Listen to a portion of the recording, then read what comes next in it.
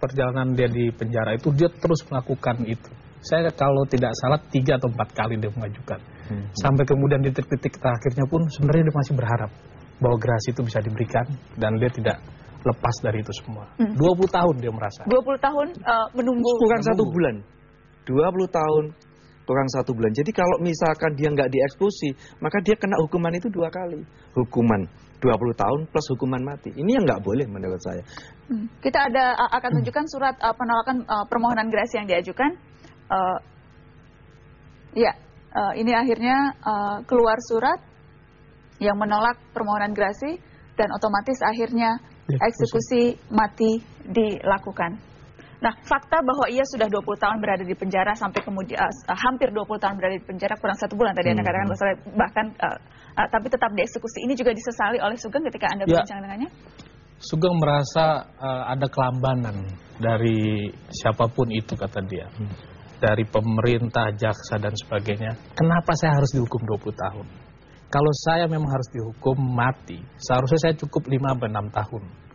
Tapi dia akhirnya melihat dalam sisi yang lebih humanis, dia melihat, tapi mungkin ada hikmahnya, Mas. Saya bisa memperbaiki diri segala macam. Wajar kalau Sugeng itu dia merasa seakan-akan itu dibohongi kan itu. Mas Sugeng itu sampai hampir sekeliling di Indonesia itu. Pernah dikirim ke Nusa Kambangan juga pernah. Dikembalikan, dipindah-pindah seperti itu. Anda nih ternyata tipikal pemarah ya? Enggak, Mas, katanya dia. Anda sempat melakukan liputan mendalam, bahkan juga sempat mendapatkan kesempatan wawancara eksklusif terhadap terpidana mati ibu dan anak ini. Kita akan saksikan cuplikan wawancaranya dan saya nanti akan minta Anda untuk berkomentar tentang hal itu. Pembinaan yang dilakukan petugas selama ini sudah cukup baik dan saya berusaha untuk tidak pernah melanggar, tidak pernah membuat kesalahan.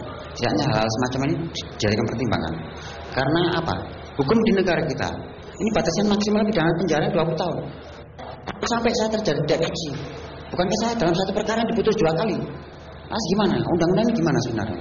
Di satu sisi, tenaga kerja Indonesia yang di luar negeri, yang dia tersandung masalah hukum yang akan dihukum mati, semua pihak berusaha ngurus, berusaha mati-matian membela supaya tidak terjadi pelaksanaan eksekusi. Lantas kenapa sekarang di negara kita sendiri kok nggak ada yang tersentuh untuk mengangkat masalah ini? Gitu. Apa yang begitu menonjol atau apa yang Anda ingat dari serangkaian liputan panjang menjelang eksekusi ini? Saya lihat ketenangan yang sangat luar biasa dari seorang Sugeng. Seorang yang tidak memandang bahwa hari-hari berikutnya adalah hari kematian dia.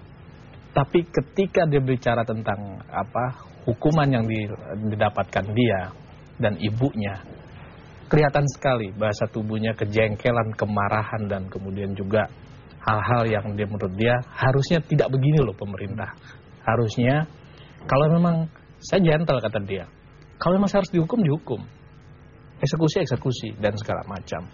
Bahkan di situ tuh saya melihat bahwa akhirnya, Mas, Anda nih ternyata tipikal pemarah ya? Enggak, Mas, katanya dia. Saya ini udah, kalau saya pemarah saya nggak mungkin dengan tanaman segala macam, dan orang-orang tuh bisa Anda tanyakan, dan kebetulan saya tanyakan ke beberapa teman-temannya, dia adalah orang yang baik. Apakah sosok seperti itu juga Anda lihat, Anda dapatkan gambarannya? Saya alami. Hampir semua keluarga, itu baik itu Sugeng, Pak Prayit maupun Nano, orang baik semua di mata saya. 1 tahun lebih saya bersama mereka, semua orang baik. Tidak ada satupun, tadi saya tidak membela Sugeng, bahwa fakta menurutnya apa yang disampaikan itu benar. Selama pembinaan dia tidak pernah melakukan kesalahan, misalkan bertengkar, menggunakan narkoba atau main